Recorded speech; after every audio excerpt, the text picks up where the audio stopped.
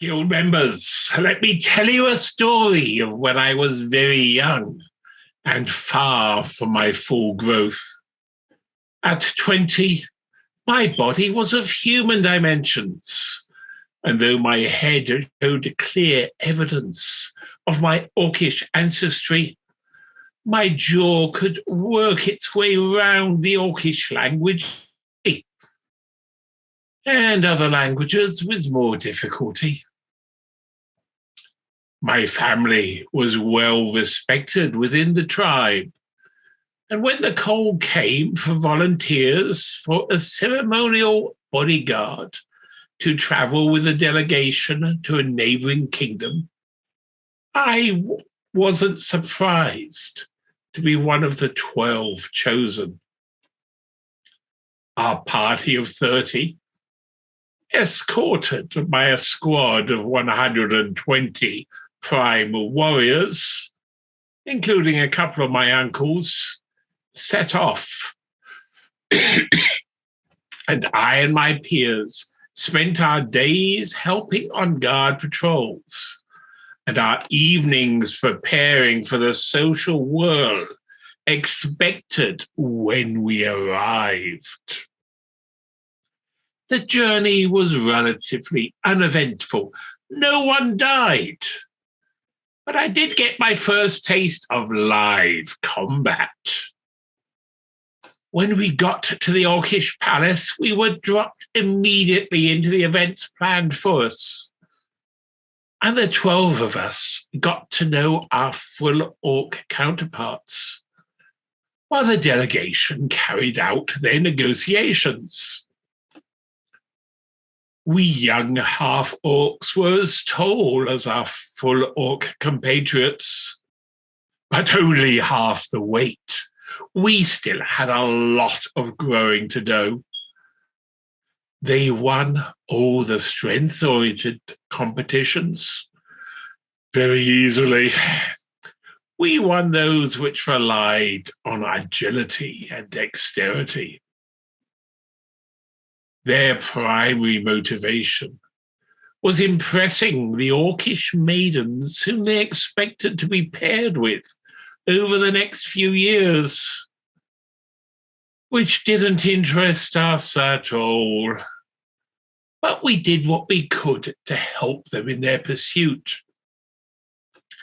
I should explain that full orcs go through puberty in their mid-teens, while our tribe doesn't enter puberty until our late 30s. At 60, I've only just reached marriageable age.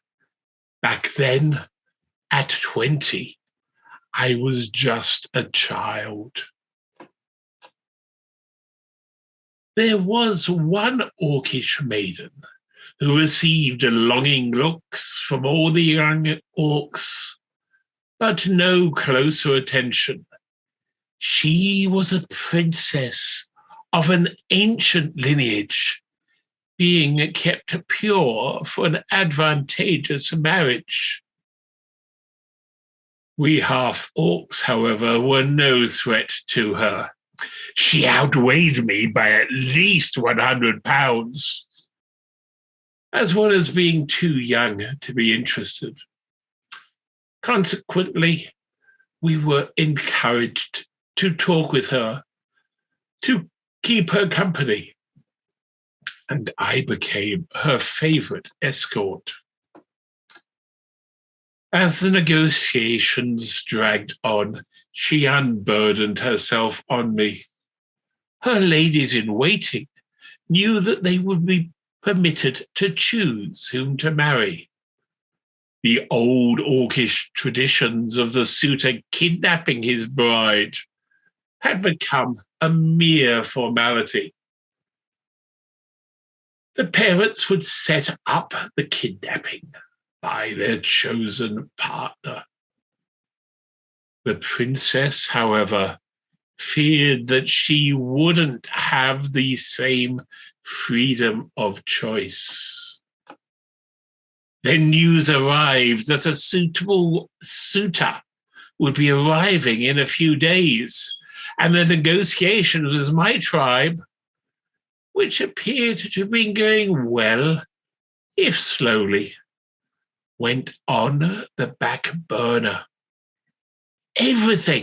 Everyone was prepared for the prince's arrival. The great day came, and with barbaric splendor, the royal party arrived. It became immediately obvious that this particular prince was dedicated to the old ways, and that my princess, as I had come to think of her, was terrified of him. My delegation thought to leave, but we were persuaded to stay. The 120-man squad who had brought us safely there was the most potent fighting force in the town, and their presence made it much less likely that any disagreements between our hosts and the visiting prince should come to blows. The story continues, but this translation spell is dying. Back to you, Mr. Toastmaster.